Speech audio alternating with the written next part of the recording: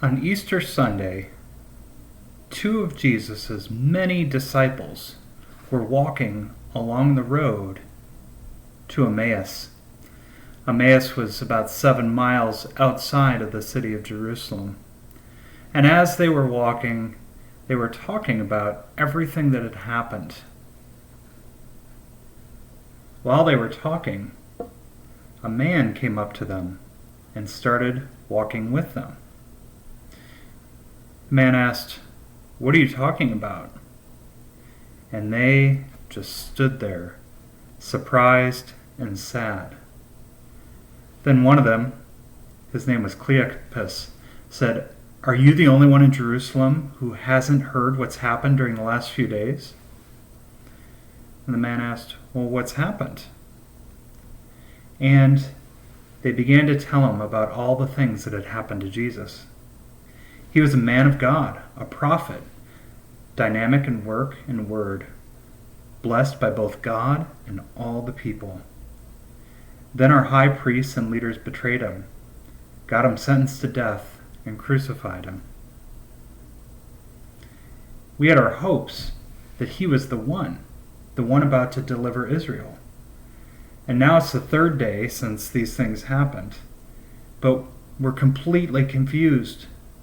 Early this morning, some women went to his tomb, but they couldn't find his body. They came back with the story that they had seen a vision of angels who said he was alive. Some of our friends went off to the tomb to check and found it empty, just as the women had said. But they didn't see Jesus.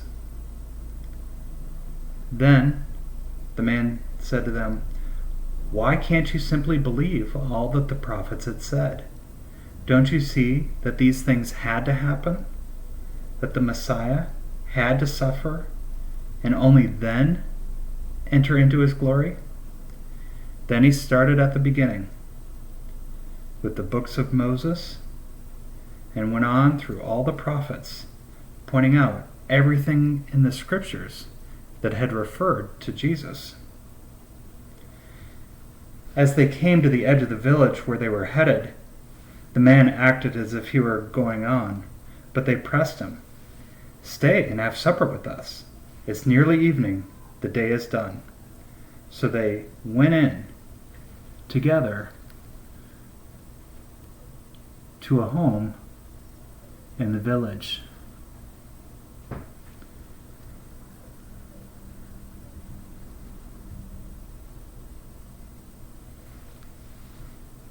When they were together at the table, the man took bread and gave thanks and broke it and gave it to them.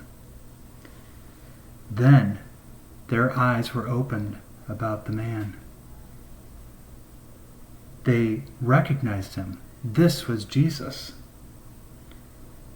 But he disappeared from their sight. They talked to each other. Weren't our hearts burning within us while he talked with us on the road and opened the scriptures to us? They didn't waste a minute. They got back on the road and started heading back to Jerusalem. They found the 11 and their friends gathered together, talking away. It really has happened. Jesus has been raised up. Then the two went over everything that had happened on the road and how they recognized Jesus when he broke the bread. Now I wonder why the two disciples didn't recognize Jesus when he first came to them on the road.